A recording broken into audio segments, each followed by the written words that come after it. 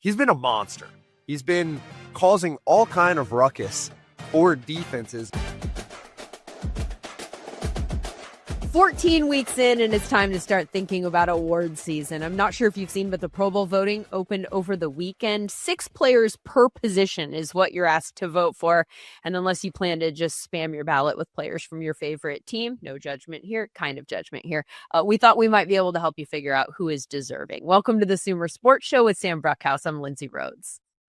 Hey, Lindsay, the Pro Bowl is in an interesting place. There's flag football going on. There's a skills competition. There's no football being played, but at least it gives us the opportunity to take a look at the 6 best players at each position. Yeah, 6. So what's interesting about this is that if you go to NFL.com and you click on the Pro Bowl voting and you go about actually attempting to vote for your favorites, you're going to notice that they're not broken up into AFC and NFC. So you are supposed to, I reached out to the NFL, you're supposed to, from a fan standpoint, just vote for the 6 favorite players at each position. You are not supposed to take into consideration AFC or NFC or any kind of split. That will supposedly be taken care of with the player voting and the coaching voting. And then obviously, the top 3 in each conference will actually go.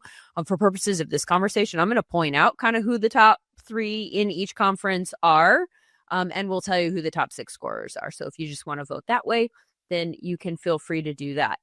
Let's start with the quarterback position, where I think that the names, let's see how I want to phrase this. I think the names that make the Pro Bowl probably will not be different from in years past, but they probably should be. Definitely. And I will caveat here that for most of the quarterbacks, and in particular the quarterbacks that we are used to performing extremely highly, this is kind of a down year from the quarterback position. I wouldn't say we're quite at the standpoint where we were when the Lamar Jackson MVP conversation with Josh Allen, who had 20-something interceptions or something like that, came up. But we do have some good players, and for the most part, the top 6 players do kind of align with most of the analytics, Lindsay. So it's an interesting breakdown of where we are right now. Yeah, and there's a clear number 1. Let's say that. Like in very, terms very of clear. Who should absolutely be, and then it kind of gets a little bit more like pick your poison for a few, but according to our SumerScores, which is how we're going to do this exercise, we're going to look at our own metric here and tell you who the top scorers are at each position. And at the quarterback position, there is one guy, and then there's a little bit of a drop. Yep. It's Drake May, who is having a certified all-pro level SumerScore season for us right now. He's the only guy who is doing that. He's at the 98th percentile. He's playing extremely well. He's second in EPA per play. I think Drake May has just been the best quarterback, period, in the league. And I know that a lot of people are going to say Matthew Stafford. Matthew Stafford is down at like the 10th in EPA per play. I don't think he's being asked to do quite as much as Drake May is doing. Drake May is also contributing more with his legs. That adds an entire different element to that offense. And I think that's why we've seen the Patriots be so successful this year.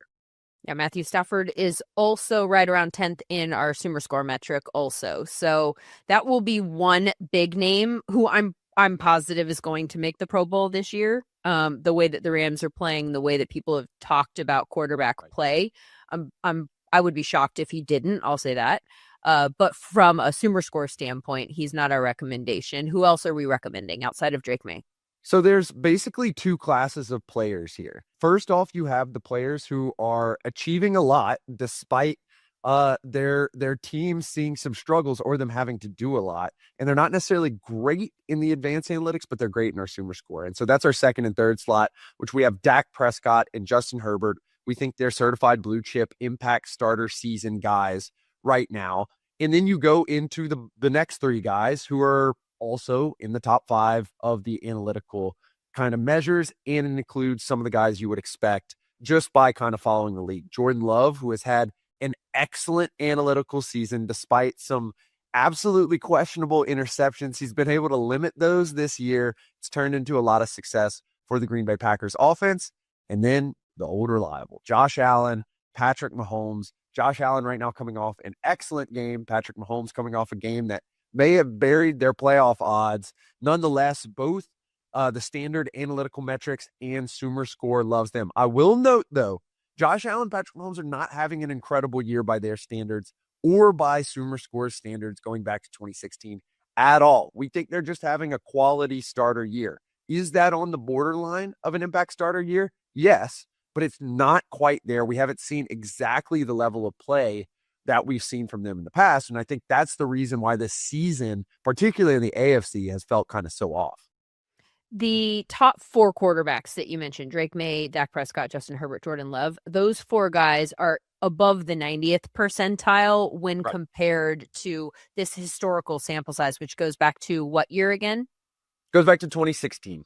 Okay, so we're essentially judging the individual player against all quarterback play since 2016 and telling you that those 4 guys are scoring in the 90th percentile when compared to that entire sample. Outside of that, now we're in the 80th percentile range. So I think that that's what you're talking about in terms of like, there's a little bit of drop off. It gets a little bit muddier. Interestingly, what that does, though, that list gives us 2 NFC guys and 4 AFC guys. So if we needed to dip to another NFC guy, do we have any guesses as to, where you might want to go with that vote if you wanted to vote 3 and 3? Yeah, so I think if you were to just do it with an NFC guy, you got to throw in Matthew Stafford. I think they're having an excellent year. Some other guys to consider, though, Sam Darnold has been impactful as a result. He isn't loved by our SumerScore, but he has done a lot. But I do think it's an interesting situation where some of the NFC quarterbacks are not exactly the most high-powered, even though the NFC teams feel like the most high-powered right now. From a pure SumerScore standpoint, there are 2 names that would come up before either of those 2, and that's Jalen Hurts and Caleb Williams, interestingly enough. That's a great point. And I think you look at Jalen Hurts and the game on Monday, it signified their season the best, but you think about the reason why they are always in these tight games. It's because typically until yesterday, he doesn't turn the ball over. Going into last night, he only had 2 interceptions, and then he's just such an impact in the running game. And going down into that last drive where he ends up throwing an interception right in front of the goal line, we were able to see that, a big middle of the field throw that registered really well on our play level SumerScores, his ability to kind of extend plays being utilized. And then you look at Caleb, it's kind of a lot in the same. It's exemplified in that Green Bay Packers game. Didn't play well in the first half. Second half, he's able to make difficult plays to bring them back. And so I particularly, Lindsay, am so excited that we're starting to see Caleb pop in an ability to, make plays for himself. And I think that is what SumerScore is picking up. I still think he has a ways to go to get into that Jordan Love or Drake May level zone where not only is he doing the stuff kind of all on his own, but he's able to create within the offense. But I do think that he's starting to build a case for being a quality, real impact starter in this league. Let me follow up about Jordan Love because I think in the last month or so, he's really turned it on. He's started playing better than he was in the middle of the season. I know there are a lot of people out there who are not sold on him. What is it about his play that you think our SumerScores are picking up that he does do well? I think the dichotomy in his play is something that people kind of over-index on. So I think you see the really bad interceptions. The problem is like typically when you're throwing a far down the field interception, there's probably a little bit more upside because, it's functionally, particularly on third down, it becomes like a punt. What I think SumerScore is picking up is, number one, we've seen him be more consistent. And I think that showed up kind of with that Christian Watson throw across the middle in the game that basically ended up shutting the game down to a certain degree, where he was not in previous years able to, just play pitch and catch with his wide receivers and allow them to make big plays. And so I think raising that floor a little bit is what SumerScore is picking up, as well as continuing to nail those awesome big time throws that we've seen in the past. It's also important to note that our SumerScores are picking up O-line play. Right. In front of some of these players. And excellent so point. there's a way of gauging And actually, I know you and I sometimes will kind of dive into some of the SumerScores to see what stories are being told.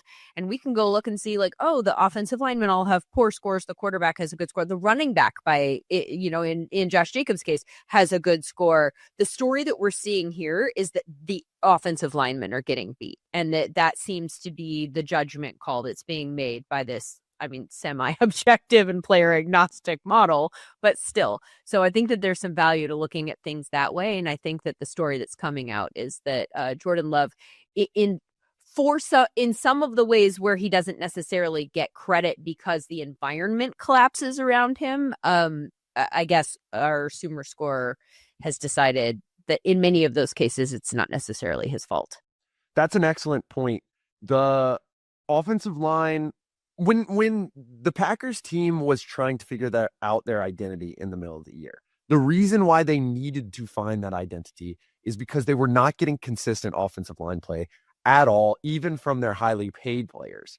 And I think that as the season went on, and they did get healthier at the wide receiver position, which should be noted, they decided to lean into a style of play that de-emphasizes that offensive line to a certain degree. And that's not the way that they played in the past. Typically, this has been a very high rush rate over expected team.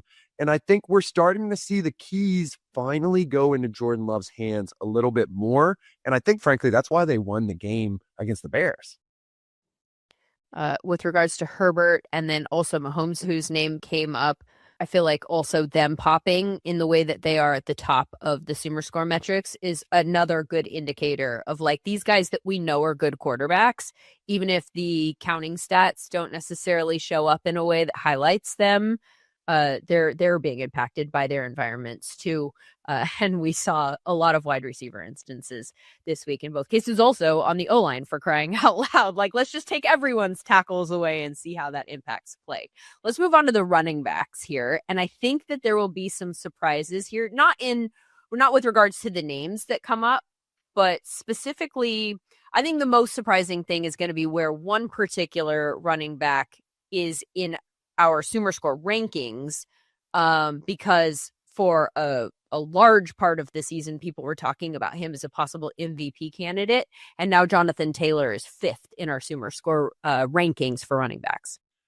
The running back position, I think, is the most competitive position for these Pro Bowl slots, and most definitely for the All-Pro slots, and even more so, I think, for the Offensive Player of the Year slots. There's a lot of players that are playing at an extremely high level. And so if you haven't been paying immediate close attention to what is going on with these running backs, you would have still thought Jonathan Taylor is probably the favorite to be the Offensive Player of the Year. Oh, how things changed. The last 3 weeks have really reshuffled these very tightly grouped players. Just to give you a sense of what's going on, 4 of these players are producing at an all-pro level. Christian McCaffrey has changed his game to become one of the greatest receiving running backs and having one of the best seasons we've seen. And then also Javonte Williams is playing well. So there's a lot going on at the running back position right now, Lindsay. There's a ton of juice, and Jonathan Taylor is kind of getting left in the mix as a result of the Colts' downturn. And by the way, look at that. I mean, when you talk about how tightly contested this race is, look at the percentiles there.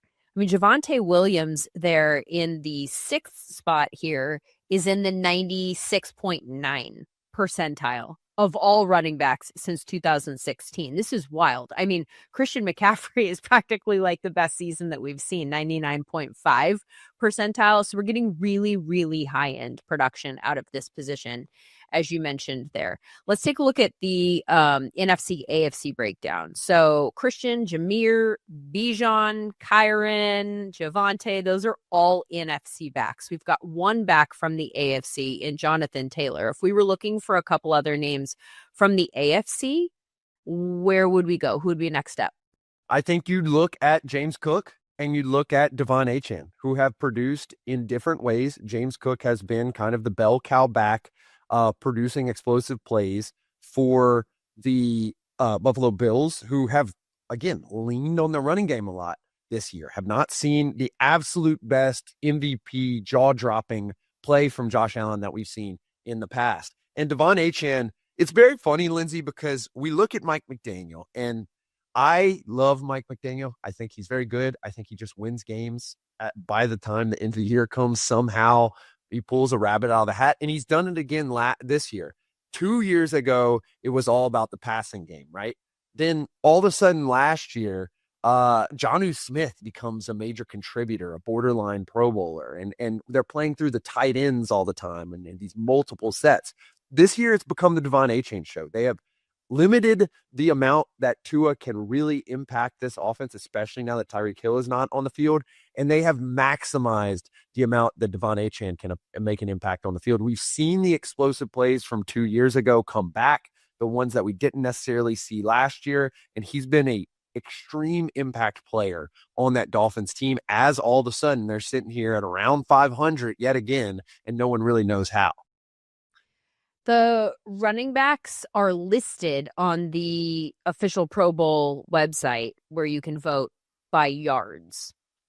Is that the metric that we would want people to consider who the best running backs are? I see, like, I think when it comes to the running back kind of narrative, it's fine. It's okay. And I think this is really the only place, maybe than other wide receivers to a certain degree, where like if you have a ton of rushing yards, that's probably impacting your team probably pretty well.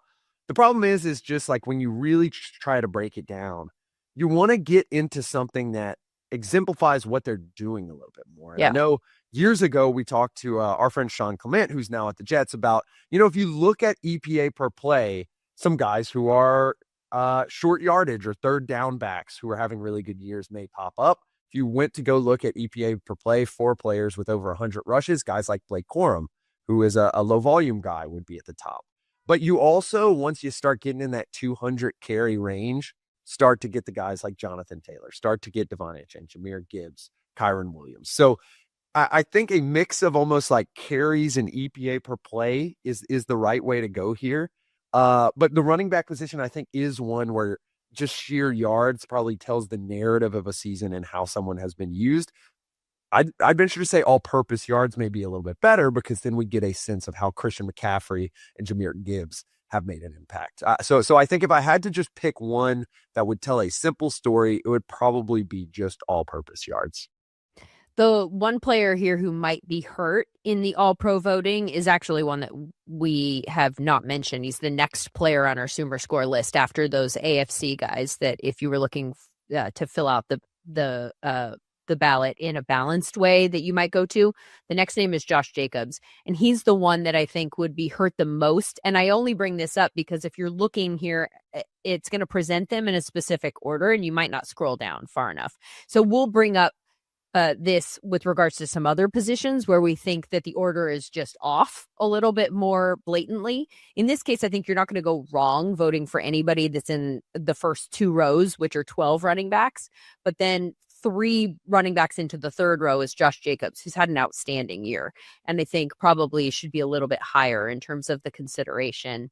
But that's neither here nor there. Let's move to a different variation of the running back position, and that is the fullbacks. And the fact that we vote for 6 fullbacks is wild, because can you name 6 fullbacks? I dare you. I honestly wish that you didn't have a list in front of you, Sam, because I wish I could literally challenge you to name 6 fullbacks, and I bet you couldn't. But you're going to have, more than 6 fullbacks names in front of you. There are 11 that are on the ballot, one of which plays for the Seahawks and has 0 yards or stats on the line. Yeah. Have fun with that. When you break it down to our SumerScore, and I think this is where our SumerScore does a really good job, is we are trying to answer 2 questions. Number 1, how good is this player's season in context? And number 2, how much can we really take stock in that this player's play will continue? This shows up at the fullback position. Right now, we really only have 2 true starter level guys, not like average level, slightly above average guys in terms of play right now. And number 1 is Kyle Juszczyk. So like really the only impact player here is Kyle Juszczyk. Once again, he is probably the only guy who we should really consider for this fullback role. But then you start digging into some other guys. I think Reggie Gilliam has had a really interesting year where They have changed the way they kind of attack that run game. There's a lot of interesting stuff going on with Joe Brady. And he really has been an impact blocker for this AFC kind of competing team. And so I do want to give him his flowers. I think if you had to just, you can technically vote for only two people. If you want to be a stickler like Lindsay, the two that I would vote for to ensure that you get an NFC and an AFC representative would be Juszczyk and Gilliam. And then you look at kind of the standard fare down the way. In gold, Robbie Oots, who's the guy from Seattle that you mentioned. I actually really love the year that he's had. If I had to really do this, I'd probably vote for 3. I think he has added an element of personnel diversity, which we've talked about many times on this show, to Klint Kubiak's attack. And they like to trot him out there with very strange personnel formations to really try to get the defensive backfield to lock in and try to open up some stuff in the pass game. He's also a pretty good pass blocker as well. So I if I had to make a vote, Lindsay, I would probably slice off In Gold, slice off Hunter Lepke, slice off Adam Prentice. I would probably be a Juszczyk, Gilliam, Oots voter. Yeah, and worth pointing out here, Juszczyk is the only guy that really feels like he's having a special season. Like he's in the 96th percentile. He has an 8 according to our SumerScores. Everybody else that we've just mentioned here is in the 70% range. Right. So I'll bang that table a different day about why we take up Pro Bowl spots for fullbacks when nobody uses fullbacks, but that's a conversation for a different day. Like I said, let's move on to the next position and let's take on the wide receivers. We've had some movement here at the top. I'll tell you what, the 2 NFC guys, or at least 2 of the NFC guys, there is no doubt they better be on this roster. I have no doubt that they will be on the roster. This is a cut and dry Puka Nacua, Jackson Smith-Njigba, in whatever order you want to vote. Those are the 2 that we absolutely would suggest are must guys. Everybody else, there are a few more names here that are also having good seasons. Right. We mentioned the Offensive Player of the Year a couple of times. I think that if you want true value going into the last weeks of the season, and I think this is a place where if you are a bettor, there is true value, because I think this narrative is going to shift time and time again. I went on 2 or 3 weeks ago to friend of the show, Zach Gelb's show, and I kind of got blasted for saying, I don't know if this is going to end up with Jonathan Taylor as the Offensive Player of the Year. I think it's going to end up being Jackson Smith-Njigba. Here I am kind of changing my tune a little bit, because I think Puka and Christian McCaffrey have had such excellent weeks that this is like a razor thin, and not only razor thin, but razor thin and an extremely high level of play in the context of the history that we can look at. So there is a lot of good stuff going on right now, and Puka and Jackson Smith-Njigba are the face of that right now. Couple of 10s, both in the very, very high 99 percentile range. And then there are some other players who are also having very good seasons, and that is Jamar out of the AFC. Jamar Chase had some quarterback issues, obviously, for a good majority of the season, but has done his job. That's one of the things that our tracking data and computer vision picks up, is the individual route running and contributions. We all know in our brains that Jamar Chase and also Justin Jefferson, who is further down this list, that they're doing their jobs, that they might not be producing.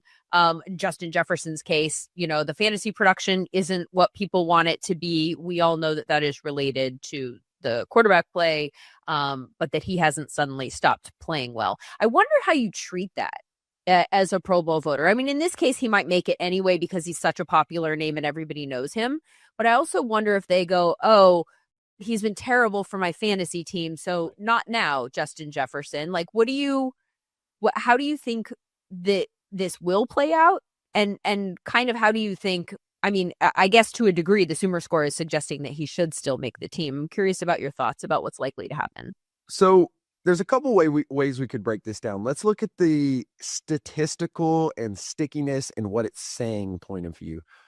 Our wide receiver SumerScores are amongst one of the best statistics in football, period, at identifying who is really playing well and who is identifying who will really play well in the future. So I am quite confident that Justin Jefferson is playing at an immensely high level and deserves to be a Pro Bowler.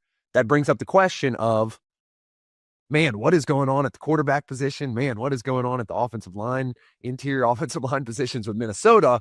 All that being said, even when you start looking at some of our Sumer traits that we have on the back end, Justin Jefferson having a great season. There's some other names that you may want to consider for the NFC if you do want a little bit of that narrative bump and you want to back it up with a little bit of, SumerScore data or advanced data. I really love what Teterow and McMillan has had as a rookie, real impact player who, once again, Bryce Young at the end of the year making stuff difficult for everyone because he started to play well. Big reason is because Teterow and McMillan has made yet another step this year in the right direction over what he did just immediately at the beginning of the season. So I think if you were considering someone to slide in, if you don't like the narrative of a disgruntled player with a quarterback situation that doesn't make sense, you could go Teterow and McMillan, but I'm pretty confident that Justin Jefferson is the way to go here. Yeah, although, as I say that, Justin Jefferson is the fifth NFC ranked player here. So he might not make it because ultimately they're going to be breaking this down by conference. And so if you go Puka and Jackson Smith and Jigba, who are obviously from the NFC and should clearly make it, and then you're trying to decide between George Pickens and Amon-Ra St. Brown and Justin Jefferson, there's no guarantee that it will be Justin Jefferson. As you mentioned, I'm glad that you did. Tet McMillan is the next name. Teteroa, sorry, mom.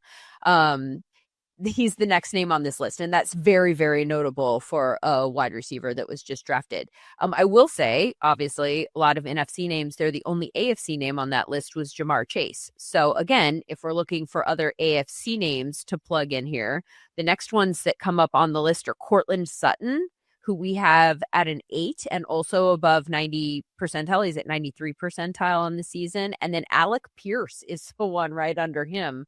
Those are some interesting names that I think in any other year might not necessarily be in this conversation, but are this year.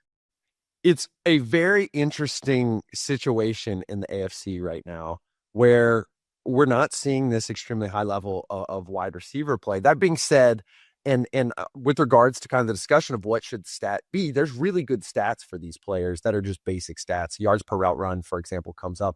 Guys like Jalen Waddle have played really well. He's doing pretty well in our SumerScore as well. Nico Collins is another guy you may want to consider. But I want to hone in on Alec Pierce because he's having one of the more anomalous seasons that we've seen in a very long time. He has an immensely high yards per route run on a pretty high, I mean, not a true wide receiver one, but a pretty high target share, sitting right around 19.5%. So he's not in that quality 30 to 25% that we really identify with the top receivers in the league, but he does have a pretty high target share. The interesting part of this is his ADOT, which is 19.04. That is crazy high. So basically what we're saying about Alec Pierce is he is running deep down the field. He is getting hit regularly or getting open regularly. And I think that's what is identified by our SumerScore a little bit. And they're throwing it all the time. That's a very, very rare combination to have. Typically, the only guys we've seen who have even gotten close is Christian Watson. Basically, last year was the only other season going back to 2022 that we've seen. Then you got to start thinking of guys that are true deep ball threats that don't have high target share, like Jalen Hyatt or someone else like that, who is not even in remotely the same class across those three statistics, but it's just worth mentioning to give you a sense of how difficult this is and how deep the drop off is. So if we're just talking descriptively, Alec Pierce having a great year, a weird year, maybe go ahead and vote for him. Yeah, you're going to have to scroll down a little bit to go find him. He's in the 4th row, and as I mentioned, there's 6 in each row. So there are a handful of names that you're going to have to scroll past in order to find Alec Pierce if that's the way that you want to go. All right, let's take a look at the tight ends now and wrap up the pass catchers before we move on to offensive line. Number 1 here, no surprise, Trey McBride having an outstanding season. He's the only tight end that comes in at a 9, which is our all-pro level. We have a handful of players that have scored in the 8s, which is a Pro Bowl caliber season. Who are some of those names? Tyler Warren, the rookie, who I love to see here. We're talking about Alec Pierce. Tyler Warren's kind of just been the go-to guy for this team, which is a real kudos to him. I think that's why he deserves on a Pro Bowl roster. He probably deserves on an all-pro team as well. I am a little surprised by this one, but I think it makes sense the way that their season has gone. And that's Travis Kelce. You really start looking across the statistics, and Travis Kelce is kind of having a vintage Travis Kelce year. It's just when it hasn't gone right, it's been so visible, including in that Sunday night game where he has the drop that basically breaks the camel's back to end the game.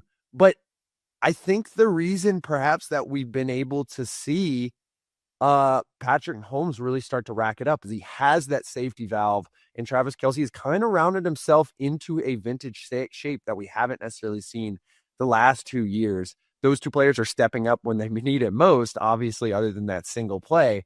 So it's really interesting. You go back and watch the film, and you start to see those kind of old school Kelce prowling around the line of scrimmage, just trying to pick apart the defense pre-snap. All of a sudden, he has the ball and some room to run. So this was one that, when I hadn't delved deeply into it, I was a little shocked about.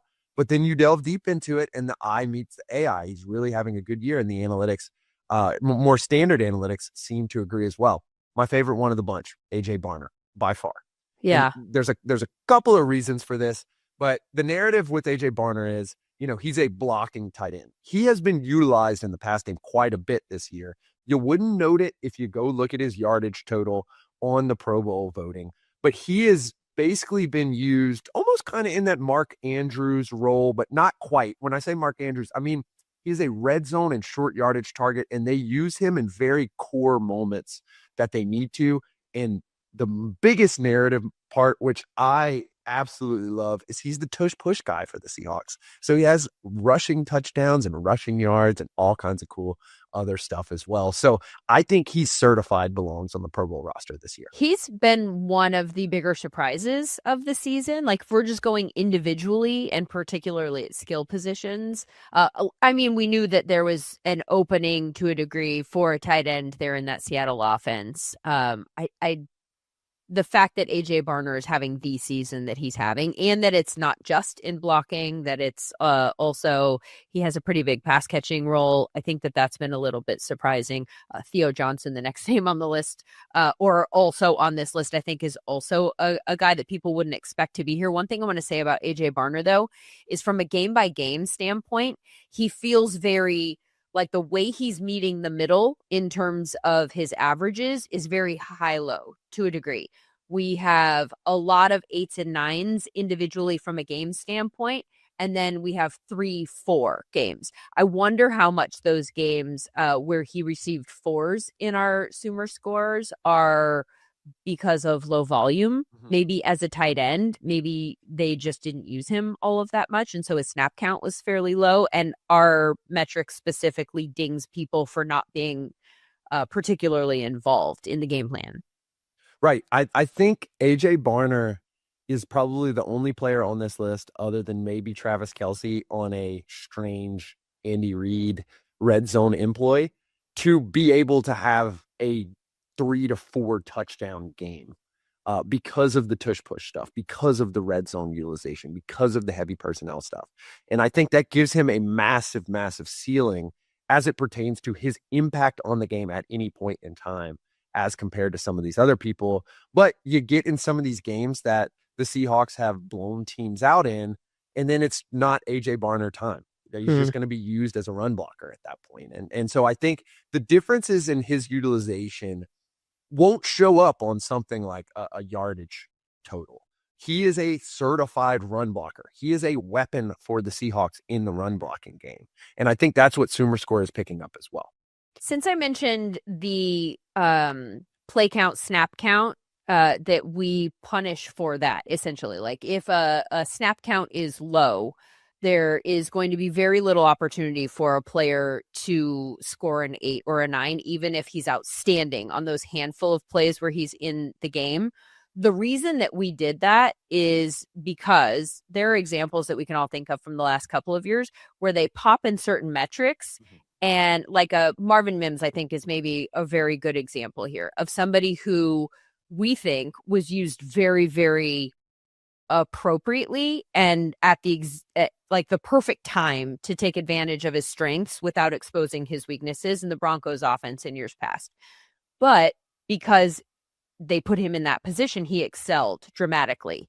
So we wanted to put a play count filter in here so that when a coach's decision to not put you on the field for as many snaps as another wide receiver might be, like a wide receiver 1, we didn't want you to be graded the same as that player. So there is, to a degree, some evaluation that the coach is making by not putting you on the field more frequently. And so we incorporated that into our model. And that's what I was referencing at the very beginning when I said those might be, low play count games for him that might be dinging him into a 4 as opposed to his individual play.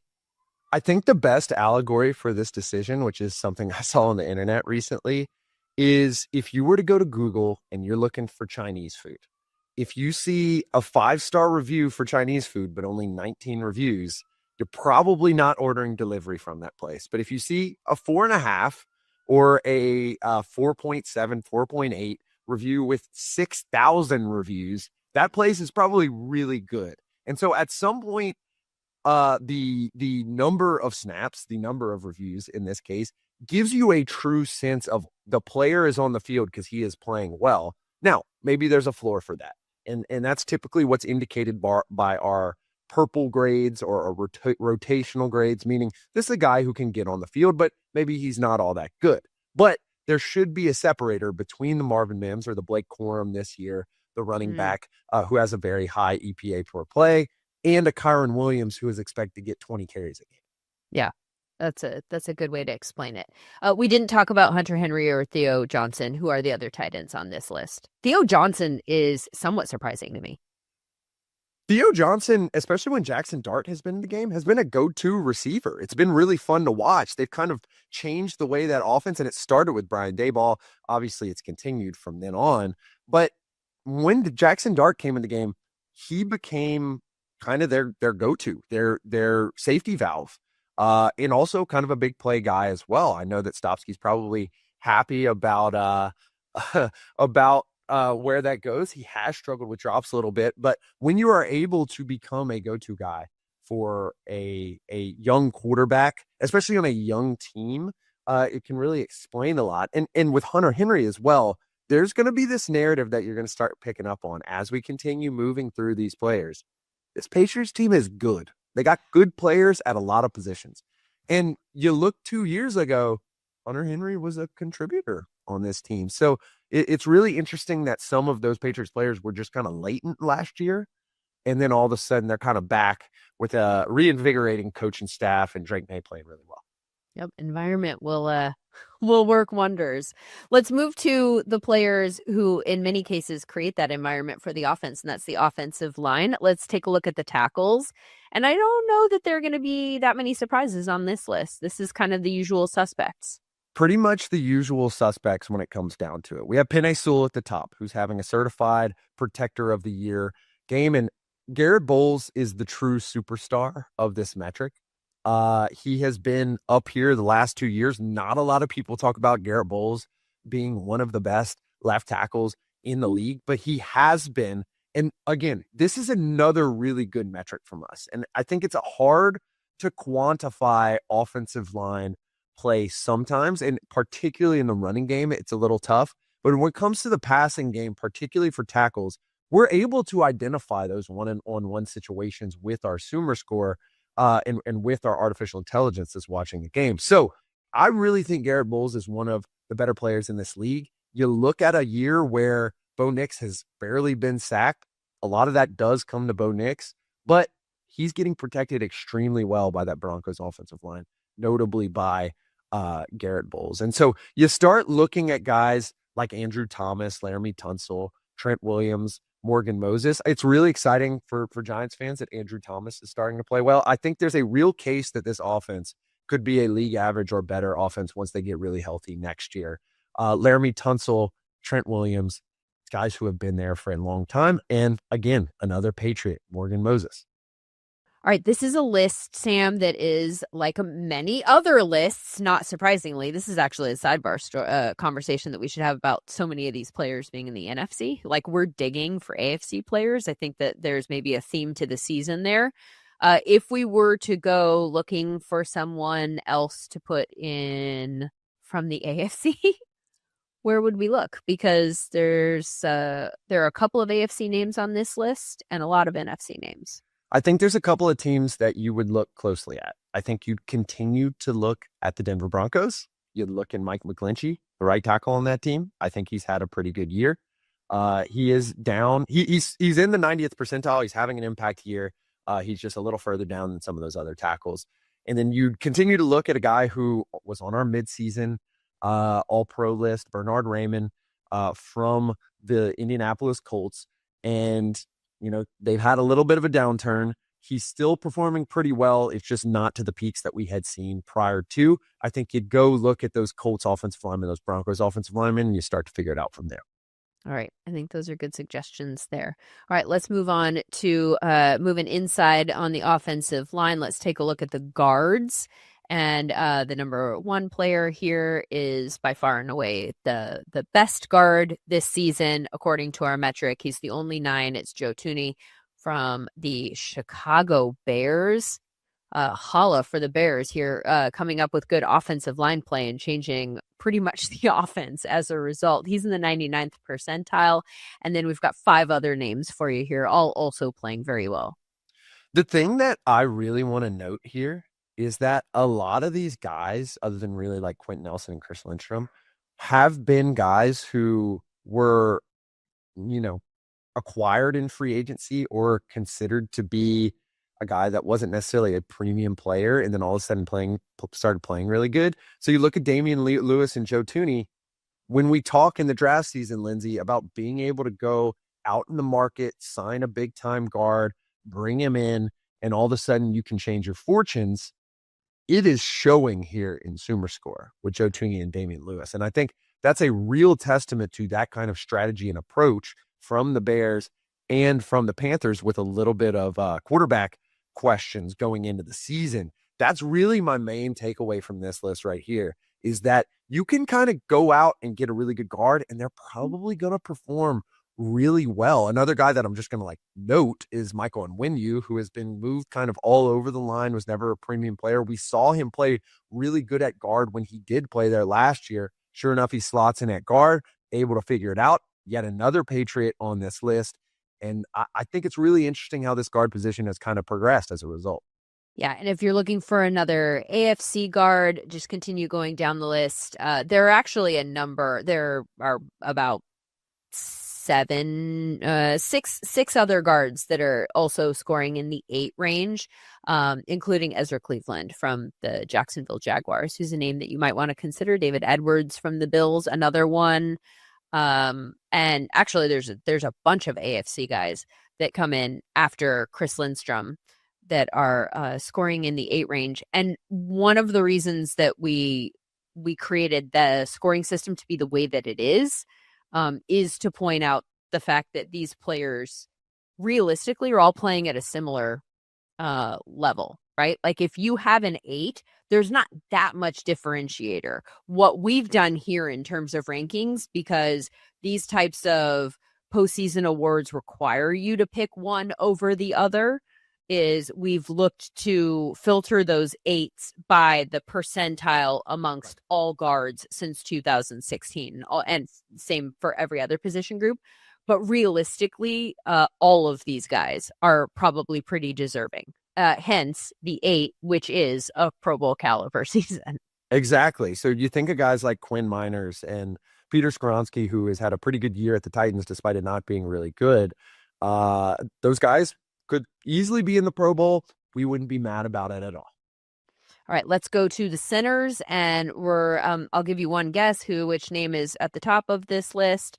It's one of the players who has a 10 on the season, and that is Creed Humphrey from the Kansas City Chiefs, 99.6 percentile. He's having an outstanding season.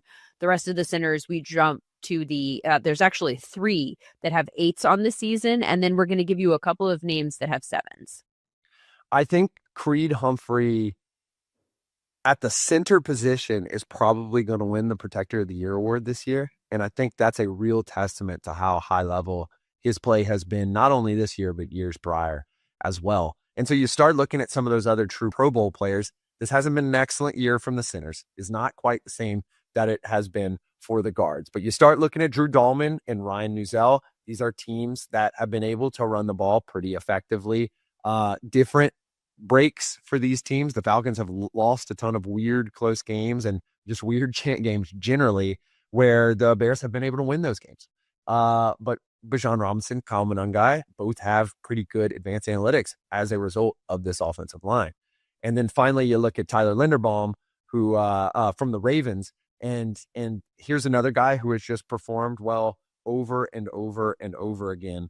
And this is just a guy who can contribute. And so I think there is kind of a mix of those Pro Bowl level guys, of two guys who you may not have heard before. Ironically, Drew Dahlman also left the Falcons this year to go to the Bears. So this is another kind of show that you can pick up a real certified Pro Bowl player in free agency. And the Bears were able to do that. But it's also two guys who were drafted by their team and young guys, Tyler Linderbaum and Creed Humphrey. Let's go over every name on this list, because I think that this is a position that a lot of fans just are unfamiliar with who's playing well at all. And also worth noting, when you go to vote, there's no stats. So they're ordered. I don't even know how they decided how to order these people, because Creed Humphrey is in the third row. So you're going to have to scroll down. You're going to have to look around. You might want to jot down some of these names. Yeah, the best way to do it is, I found when I was doing this voting, is to search by team, because when you want to get Tanner Bordellini as one of your top 6 guys, you got to filter for the Colts. Something that I've really noticed that is really interesting, Lindsay, and I want to bring it up with respect to our fifth guy on this list, is Jake Andrews from the Texans. And there's been so much discussion this year about how they're not protecting CJ Stroud extremely well. But it's kind of starting to resemble, based on what I've seen, kind of Woody Marks being able to get going from time to time. It's still not an immensely effective run game, but it's been interesting to note is that some of these guys are starting to get into the quality starter range. I think the center position, a little depressed this year, so we're not going to say they're making a great impact. We'll say they're solidly good. But you look at guys like Jake Andrews, people have talked about Ed Ingram from time to time. Maybe we got to start looking a little closer at CJ Stroud and his kind of propensity to take sacks, his propensity to take pressures, because we are seeing guys like Jake Andrews, who is probably one of the top 6 centers or around that rate in is definitely a quality starter on the year. So interesting. And he is notably, if you don't filter by team, the last center on the entire list. So I wonder if he has no chance to make it just based on that. I mean, this is, it's just a structural thing, but when you're the last name on the ballot and every other position group has seemingly been categorized by best to worst, at least by an individual stat metric, this could be a tough one. Definitely. So, and as noted before, I mean, center and guard, I think, are in particular, those are the hardest positions for fans, even well-meaning fans who actually want to know. It's so hard to evaluate interior offensive line play. But I do really like the point that you've made, and filing away for a roster building season once it's free agency and the draft, that you can get some of these guys in the draft, because there are certainly some teams that need to address their interior offensive line. And that's good to know that that's something that you can do in free agency. Tackle, for instance, probably not a position that you're going to find become available in that manner. Definitely. And I think it's funny that we're highlighting all the weird instances of the centers and having to scroll all the way down, because we're about to move into the position defensive ends, where who is a defensive end? Who is an outside linebacker? We may never know, but we broke it down for you here. Yeah, so I got an answer, by the way, from the NFL. This is one of the things that I reached out to them about, just to try and figure out who decides, it doesn't really matter. They are where they are, but just out of curiosity. and was told that the teams designate a certain number of players as starters. This also has to do with, for instance, we'll get to it a little bit later on, but there are some positions, there are some guys who are playing great that aren't on the ballot that we actually would tell you to vote for if they were on the ballot. All of this stems from the teams designating who is a starter. And those are the only names that are on the ballot. All players that are listed as starters are eligible for fan voting. All players on the roster are eligible for the coach and player ballots. And the teams also decide what position players are listed at. So if you are familiar with somebody as an edge rusher, but they're listed outside linebacker, that's because the team specifically designated them in that way. Another question, just since we're checking this box right now, that I think will come up is there are some players who are on IR or have been on IR and are on the ballot. Some are on the ballot, some are not on the ballot. Players on IR automatically removed from the ballot, I was told, unless teams specifically reach out requesting to add them back if they had been active for a minimum of 6 games this season. And then players that are designated to return that actually return are automatically added back into the Pro Bowl balloting. So let's take a look at these edge rushers, at least the ones that are listed at edge rusher for your voting pleasure. And number 1 is one who, man, he had a game this week and has, obviously, since he's at the top of the list all season long. This list is kind of a who's who of who you should probably be considering for Defensive Player of the Year. True. Will Anderson, if I had a vote, would be my vote right now. I am floored by what he has done. And there's a lot of competition, as you can see right here. There's a lot of Player of the Year type guys. I think the edge rushing position is in a similar spot as the running back position, where there's just guys who are playing at an extremely high level right now. Will Anderson, I think, is certifiably at the top. Is he separated by 1/10 of a point, 1/10 of a percentile? Yes, he is. So it's not that crazy. But I just absolutely love what he's doing, both in the run game and in the pass game. And so those guys that you want to start considering a little bit more, Aiden Hutchinson, the heart of a defense that has kind of shocked everyone with its ability to play well. Micah Parsons, getting a lot of pressures, really, made his mark. And as we continue going into these more pressure-filled games, I think Micah Parsons is going to make a huge difference for folks. And then Myles Garrett, really on the precipice, literally 98.99 percentile. If he has 2 sacks next week, he's going to be at the Player of the Year caliber, the 99th percentile that we want to see and what we typically see from Player of the Year caliber players. Myles Garrett's probably another one you want to consider for that vote as well. So the players at the defensive end position are listed by sacks on the official ballot. Is that how you would list him? That is a really tough one, because when you get a lot of sacks, you are impacting a game. You are killing EPA. But I think people really discount how much a pressure impacts a quarterback as well. Now, pressures are not an official NFL stat. You have to go to a charting service. We give it to you on Sumer Brains for free, so you can go check that out there. But if I had it my way, I think, and I had to pick one stat, I'd pick pressure rate. I think that would be the one that I would want to do. You already have a little limitation, as you outlined, Lindsay, of the guys getting nominated and so forth and so on. So you are limiting it to a certain degree. You get those starters in there and you figure out which ones have the highest pressure rate. That's what I'd really love to see. I mean, if they are filtered, I agree with you, by the way. I always say pressures are the process, sacks are the result.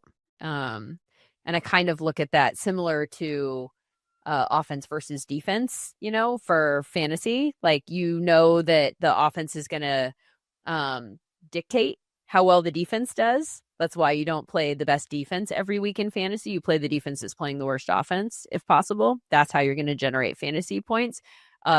You are sort of like, the actual outcome of the play has a lot to do with what the offensive player does. Whether the quarterback flushes out of the pocket and runs away, you've still impacted the play negatively, possibly, for the offense, which is really all that we can ask of you, right? Like, it's on them to decide how to respond to that.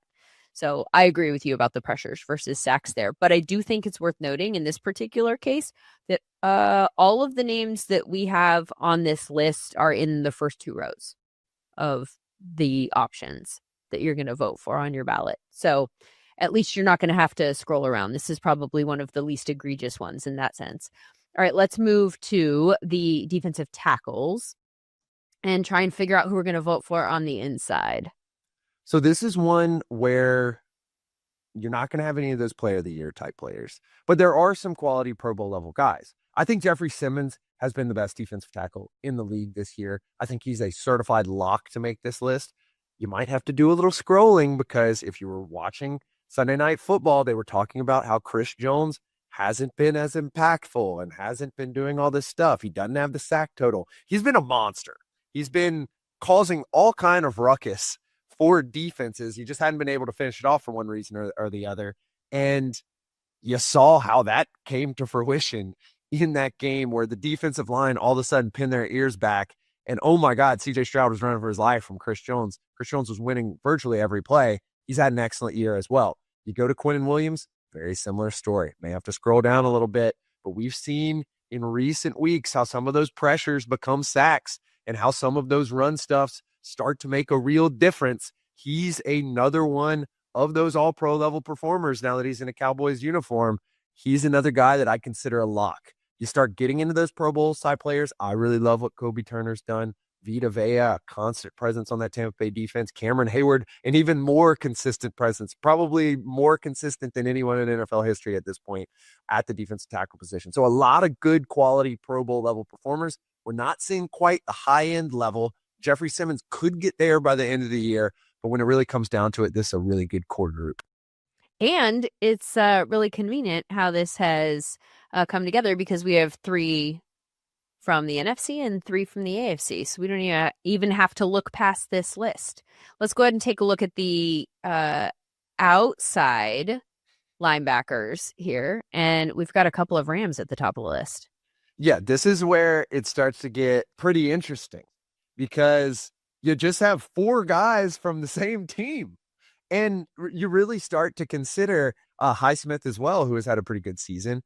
He's a quality starter. He has a 7 for us. He's in the 84th percentile. But this is where that kind of unique, I am designating this guy as an outside backer, becomes quite interesting to consider. Some guys who are also kind of down in those quality starter ranges is the 2 guys from the Denver Broncos as well, who are kind of on the borderline. That's Nick Medino and Jonathan Cooper. But when it really comes down to it, Byron Young, Jared Verse, Nick Herbig, who they just add yet another guy, in addition to Highsmith, across from TJ Watt. It's absolutely crazy how they've been able to do that. TJ Watt, you get, the AFC is just going to be Steelers party and the NFC is going to be Los Angeles party, Lindsay. Wild. It is interesting, though. Do you think that the teams designate these players in such a way that they can get on that they can get these awards? Because you could say edge, outside linebacker. What's the difference? The edge list is much harder to make. So if you are designated as an outside linebacker, you have a much better shot at making the Pro Bowl. It's a really good point. If you were to ask me to break this down, an outside backer has to cover some, and maybe you pick a point if you really wanted to make it super objective. You pick a percentile or a percentage in which that player needs to drop back, and you kind of drop a pin there. Or maybe you look at whether he has his hand in the dirt quite a bit, 3-point stance or something like that. I don't necessarily know. But it also brings up a good point just about kind of cap management as well, Lindsay, because a lot of these guys do have Pro Bowl incentives in their contracts. We're talking with some of our CapEx experts here. Typically, the dollar amount that you would expect for an incentive would be about $250,000. So we're not talking about anything absolutely backbreaking, but a nice little incentive. Yeah, 100%. And so they typically, the way that cap folks look at this is they look at it as, if I I don't think anyone's going to try to circumvent the cap anytime soon by like changing whether this player makes the Pro Bowl or doesn't. Maybe it could be a sign of goodwill. What I was told by our cap experts is if you have to pay that 250 grand, that means that they're almost certainly one of the best players in the league, and you're probably underpaying them anyway. So just shoot them the 250 grand and forget about it, and be happy that they played so well this year. That's a great point. What about the inside linebackers? So this is a really interesting group, and you kind of consider what is going on here. And there's a wide array of inside linebackers here. You got two guys who I think a lot of people think are really, really good at the top. You got Zach Bond, you got Jack Campbell. Jack Campbell, real breakout guy. Maybe, you start considering him, given that he does have a pretty good sack total. He's involved in the coverage game. Maybe just start considering him for a defensive player of the year. Don't think he has enough to break what those defensive ends and edge rushers have. But there's a kind of a two-tier group right there. Then you start getting into some other guys, some more interesting guys you may not have heard of. Carson Schlesinger, the rookie, excellent draft pick from the Cleveland Browns. Cedric Gray has been a machine for the Titans, a real run stuff guy behind Jeffrey Simmons, who has played pretty well, maybe an arrow up in future years for the Titans behind those two guys on the defense. And then two veterans, Jordan Brooks, Caden Ellis. So a really interesting group here. I think, Lindsay, this is going to be one where you're going to have to do some scrolling around, because if tackles do not necessarily say everything that needs to be said. And that's how they're listed, by tackles. Exactly. So you do some scrolling around, look on that second row, look on that third row, and it may get to start. It may start to get a little bit interesting for you as you're doing your voting. What is the stat? Is there a stat that you should measure linebacker play if you are casually glancing at stats to decide who should get your vote?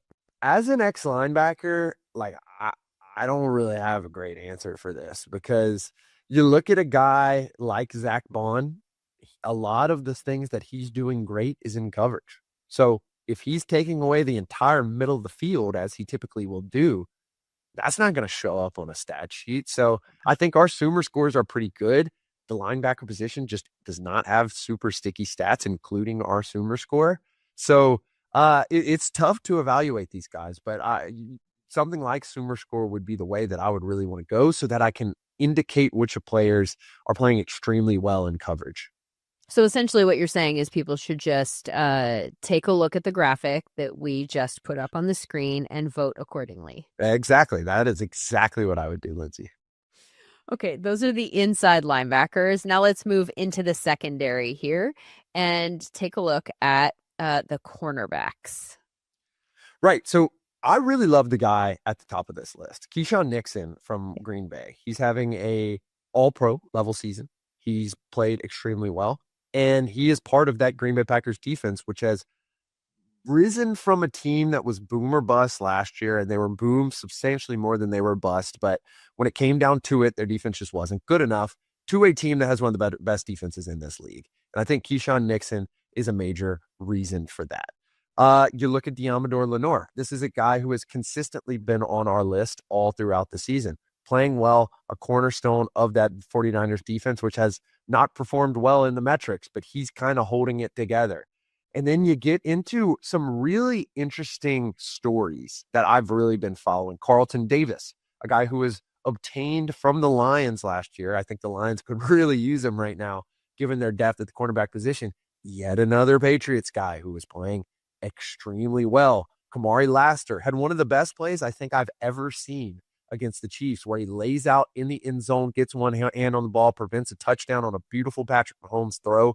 He has been performing extremely well. He is an absolute joy to watch on that Texans defense. You may not know his name. You may only know Derek Stingley. Be sure to watch Kamari Laster when it comes to watching the Texans defense. Cooper DeJean, 2 for 2 when it comes to SumerScores. He's excellent. Had a good game on Monday as well. And then Jack Jones is someone who people I don't think will know. And I think when you start to see all these Miami victories, you don't really understand what's going on. The defense is starting to round into shape, and Anthony Weaver's complex scheme has really found a home for Jack Jones. he is performing extremely well across analytical metrics. And so I think when you start looking at things like targets per snap or yards given up per coverage snap, that aligns with what we're seeing from our SumerScores as well. He's having an excellent year, certified Pro Bowl year. He had a couple of really good weeks in weeks 10 and 11 in particular that boosted his score with a 9 and 8 there. There is a name that is not on this list that was on our quarter poll all pro list at a very high level. I want to say Quentin Lake had a 10 at that point in the season. The nickel corner for the Rams, who is now on IR, certainly has 6 games under his belt, so could be on this ballot, but is not on the ballot. You cannot vote for Quentin Lake. And so I don't know if that's because he's on IR and the Rams didn't ask to put him on. I don't know if it's because the Rams didn't designate him as a starter. But Quentin Lake is not somebody that is eligible to be voted for. Do you think that there's any chance that he would get votes from the coaches and players and find a way in anyway? Because he's somebody that our SumerScore says should absolutely get that nod. I think it's very possible. And I think you think about these kind of nickel corner, nickel safety guys who haven't really shown up on this list. I think Quentin Lake is the first one you got to consider. And then I couldn't find Nick Emenwari anywhere on this list. He's not necessarily a certified breakout guy in terms of SumerScores. He's used in a lot of different ways, and he's struggled at times, particularly in coverage, as we like to look at it from SumerScore. But he's going to be a guy who gets a lot of nods from players and coaches, just from the standpoint that I think a lot of coaches wish they would have drafted him at this point. You can't vote for him. So I think both Lake and Emenwari are in an interesting position where they're not going to get any fan votes at all just because of the way it works out. This is an interesting one in that we have 3 from the NFC and 3 from the AFC. So if you just want to vote for all of these guys, then you're covering both conferences. Let's take a look at the next position group, and that is the last position group also. Although I guess we could do special teams. We didn't set out to do special teams. Let's talk about the safeties. The safeties are uniquely split up. You have the free safeties, and then you have the strong safeties. I'm not quite sure what the difference is, but we're going to lay out for you who you should vote for. So let's start out with the free safeties. You look at some of these guys. Evan Williams has played excellently. Again, another Packers guy on this defense. And I think that's a kind of thing to watch, Lindsay, as we move into the playoffs, is there's starting to become a lot of Packers guys on this list. You look at Jalen Ramsey. We had him graded early in the season as a corner from our Sumer scouts. All of a sudden, now he's a safety for this team, and he's performed pretty well. Like, he's just having a great year when it really comes down to it. And I think that move to safety has kind of helped him a little bit, and he's been able to kind of really lock in there in recent weeks. And you see some of these other guys, a lot of young guys on this list, Lindsay, when it comes to free safeties. Evan Williams, Kalen Bullock, Jalen Hawkins, Cam Bynum, Kobe Bryant, names that people may not know, but they have been contributing really highly to their teams. I think that it's fair to say that there are a handful of names on this list that people are not going to know. If we pull up the free safety voting list, I'm wondering if there are some names that are going to, let's see, are there any big names that just are not having? I think the biggest name that I saw that we didn't necessarily have on here, but is kind of right on the cusp of a Pro Bowl level SumerScore. He's in the 89th percentile. Is Kevin Byard. Maybe people have kind of caught up with him. He is having a very good year. And I think he's at the top of the list because he has a lot of interceptions. 6 six interceptions. Yeah, I think he's a guy who at this free safety position could slot in. There's a real question of like what that means for his career and like whether all of a sudden he becomes a Hall of Fame level guy because he has like several All-Pro and Pro Bowl nods. He kind of went dormant in a Birds uniform for a little while, and now he's back up playing well. So it'll be interesting to see how that works out. But I think Kevin Byard's probably a guy who will sneak in because he's at the top of that free safety list. All right, let's take a look at the strong safeties here and close out the defense. Yeah, here's where you're starting to get in those names that you probably know. Guys like Xavier McKinney from Green Bay. Guys like Kyle Hamilton. from the Baltimore Ravens. Talanoa Hufanga, who we love in terms of SumerScore. We think he's having an excellent year. We think he's having a real groundbreaking 99th percentile year. And then Cameron Curl, another guy from this Rams team. I think my main takeaway from this, Lindsay, is that, some of these players, it speaks a narrative that maybe it's just the Rams, the Packers, and the Patriots this year. Maybe that's the way it's going to go out, because we've been talking about a lot of those guys, Rams, Packers, Patriots, over and over and over again. I think that's what this exercise kind of taught me. Down year from this, quote, strong safety group. You look at guys like Jeremy Chin, Brian Branch, they're kind of deeper into that quality starter level. That being said, they are quality starters. And according to this, disambiguation of the safety position, they're one of the top 6 in the league. Yeah, the one point that we want to absolutely bang the table for here is one that you already did, and that is vote for Hufanga. Right. Yeah. If you have one vote at this strong safety position, I would not recommend doing that, because Kyle Hamilton's been playing really well, as has Cam Curl. But if you had one vote, give it to Hufanga. Yes. Or at least please include him and then go wherever you want with the rest of your votes. But please, please, please don't look away from that. I wonder, and I know that you mentioned that, a lot of Rams, a lot of Packers, and that was one of my takeaways here is I'm seeing a lot of names from specific teams. The Packers, very interesting that they have one of the, a defensive player of the year candidate up front in Parsons, and they've got a defensive candidate. But Keyshawn Nixon, who's is our highest scoring corner, and they've got that on the back end. That type of combination is so interesting. I think people know both of those names. I think we said a lot of names from the Rams that are not household names. And I think that was my takeaway when we did this exercise, when we were just talking about people that we would vote for an all-pro team earlier in the season that were leading in some of those categories, was that the names on the Rams that people know outside of Puka Nacua, Matthew Stafford didn't make the cut.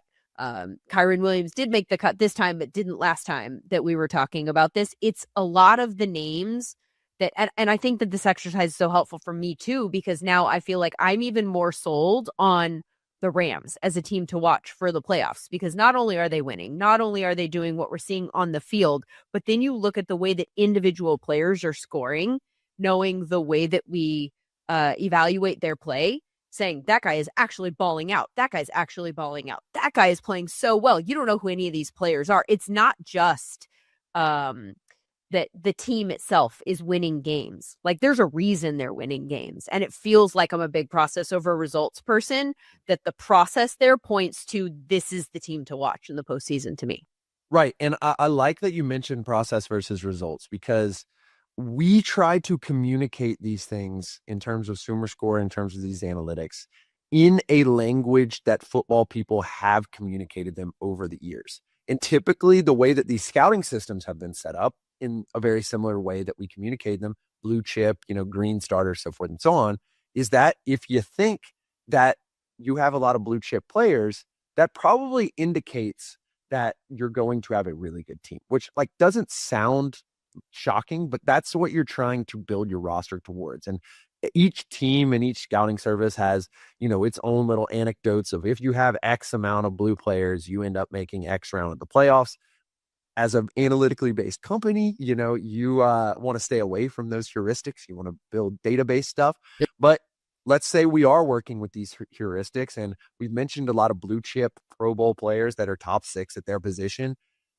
There's a lot of Rams who are currently the favorite, plus 390 on FanDuel for the Super Bowl, but the Packers are plus 800. That's third best odds. The Patriots are below the Buffalo Bills, so there's value on them for the AFC. They're plus 1,000 for the Super Bowl. You go down all the way down to the Denver Broncos, who, maybe we didn't talk about Bo Nix, and maybe we didn't talk about, we mentioned some of the wide receivers as maybe being there, but you think Mike McGlinchey as a blue chip grade. You think Garrett Bowles could potentially be the protector of the year. You have Hufanga, and you think about the names that didn't necessarily have a certified blue chip grade this year, but it really comes down to it. And Surtain, the pass rushers, the linebackers, maybe that's a team that has a little bit more juice just because the quality of their team. They're all the way down there at plus 1,000 as well. So maybe there's a lot of juice in those New England Patriots and the Broncos over the Bills, who notably, I don't think we named one Bill on this list. I'm going through the list right now to see, because that was the first thing I thought of when you said that. Like, from an odds to make the Super Bowl, I don't think we named a single player. Josh Allen, of course, but you kind of just count him into the consideration. Reggie Gilliam, can I interest you in a fullback, Lindsay, as a member of this list? Yeah. Absolutely not. Come on. Don't insult me. Let's see. Unless they want to start, no. And if they did start playing him more frequently, my guess is that he would fall off this list. Okay. Well, that's interesting. Yeah. Josh Allen and Reggie Gilliam are the only Bills that made the top 6 at any position. Well, yeah, and I think you watched that Sunday game, and of course it was raining, and of course Joe Burrow came back, but for the grand majority of that game, if Josh Allen doesn't turn into Superman, that game might start getting out of hand pretty quickly. And obviously you get a 2 pretty fluky picks, if I can say so myself. An excellent play by Christian Benford where right place, right time, and then a tip ball in the snow. Maybe that ends up going the Bengals' way, but I do think there's probably a little bit of overvalue. So if you really are going through your Pro Bowl ballot and locking in some of these guys that we're seeing from these other AFC teams, I think they're probably undervalued just from a quote narrative perspective right now. Especially also, Drake May. Drake May's going to win the MVP. Like, wow, they're the best team, and they have the MVP. Do you think he will? I mean, like, so our metrics are saying, like, absolutely consider this, but do you think that he can win MVP in his second year? That enough people will vote for him? I actually think that it's going to be so interesting, because I really think from a narrative standpoint, we all know that a lot of these awards are narrative driven. Like, you need somebody who is driving a team to, a lot of success. And then I think people are going to give to Stafford, I guess, is where I'm going with all of this. Like, if you have Stafford or Drake May, and both of those teams, I know what are you making your face because our SumerScores have a clear favorite? Yeah, I mean, like, you look at any analytical metric and it's Drake May. Right. And so how many people do you think will look at analytical metrics, though, that vote? They're not even broadcast on the broadcast. I mean, if you literally watch every single game in detail, you will not hear any of these stats. None. Yeah, we won't talk about it. And to be clear, like, the market prices in narrative, and Matthew Stafford's minus 160 to win the MVP right now, and Drake May is plus 200. So you do have a definite standpoint there, Lindsay. The narrative is in Stafford's favor. And he checks let's be clear here. We're not saying Matthew Stafford's not playing well. Like, in no way, shape, or form. He's playing great. He's maybe having the best season of his career. There's a lot going on there that is very, very good. And if you take Matthew Stafford off that team, what's happening to that team is not happening to that team anymore, at least to the degree that it is. I think it's interesting too, because this MVP race, and I do want to caveat very slightly that we do not have anyone who we truly believe is certified MVP. Lamar Jackson last year, or Josh Allen last year. There were 2 last year. Lamar and Josh would have wiped the floor with this year's crop. Exactly. And that's even in our SumerScores. Like, we think Drake May is playing at an all-pro level, one of the top 2 guys in the league. And typically what we see from that, but we're not seeing, bang, certified MVP from him. So just to kind of caveat a little bit, that being said, I think this could literally come down to and it's like this for Offensive Player of the Year as well. I think less so, especially if Myles Garrett sets the sack record, and he'll end up being in that 10 class as well that we would expect. I think it'll probably go to Myles Garrett as a result. So I think that's a little less close. But the MVP in particular, if I'm trying to differentiate May from Stafford, and I don't want to necessarily use analytics, May hasn't had the Panthers game. May hasn't had the Seahawks game that Matthew Stafford has, where it's probably on his performance and his performance alone why they lost. So did May play any defenses that are as good as the Seahawks? That's a very excellent question. No, they have not, as many people have pointed out on Twitter. But typically, I will say, from a data perspective, you go over the course of 18 games, that defensive difference does kind of it doesn't make as big of a difference as you would think in terms of like quarterback expected points added per play explained or something like that. It really does kind of come down to the offense and how it is run. And defenses in particular across the league are a little compressed more than offenses are. And so I think when you look at the expected points added per play, really success that the Patriots are having, a major part of that is Drake May. But we also named a lot of good guys. I think Will Campbell, we mentioned Morgan Moses, we mentioned Micah Nwonu. He does have a lot of help as well. But then again, so does Stafford. You got Puka, the offensive player of the year, potentially. You got Kevin Dotson. You got Kyron Williams, who showed up on this list. So this is going to be a down to the wire MVP race, to say the least.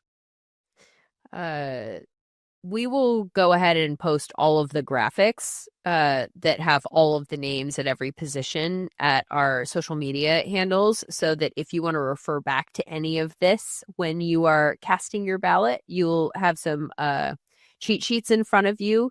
So that's at SumerSports on Instagram and Twitter, all the different social media platforms. You can find that there. SumerSports.com also has lots of filterable data that you can use to make your Pro Bowl decisions, or perhaps fantasy decisions. For those of you who made the playoffs, congratulations. They start this week in most leagues. Sam notably did make the playoffs in our SumerSports league. I did not. This was my league, Sam, that, well, there were a few leagues that didn't go well, but this is the one. I made the playoffs in 9 leagues, and I did not make the playoffs in 5. It happens to all of us. I just want to say, if you were a devoted listener to the Sumer Sports Show and we were talking about fantasy, I did say that I was going to try to get Jahmyr Gibbs in the first round of every draft that I possibly could, if possible. I have Jahmyr Gibbs. And then Lindsay, you set us up with a little weird league format. No, I ruined it. I kind of exploited it a little bit because we got 4 flex positions, and I knew that wide receivers score a lot more points than everybody else when it really comes down to it. So in those middle rounds, I started grabbing guys like Emeka Egbuka, George Pickens, who weren't necessarily big time guys, So if I got to toot my horn a little bit, I kind of played this one analytically right. Now, in some of my other leagues, did I do that? No, I'm getting blasted. But we're not going to talk about that right now.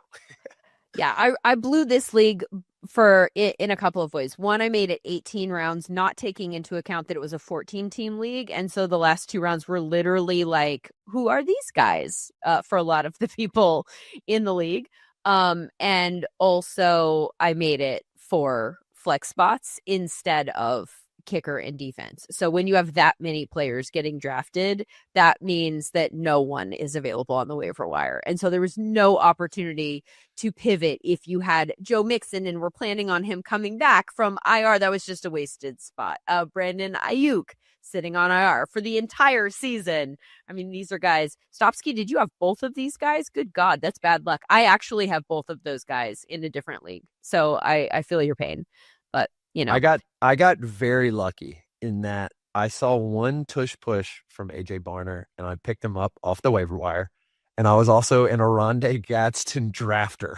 Oh, yeah. That's a good one. So mid-season, he hadn't yet, left my roster because the league was so deep.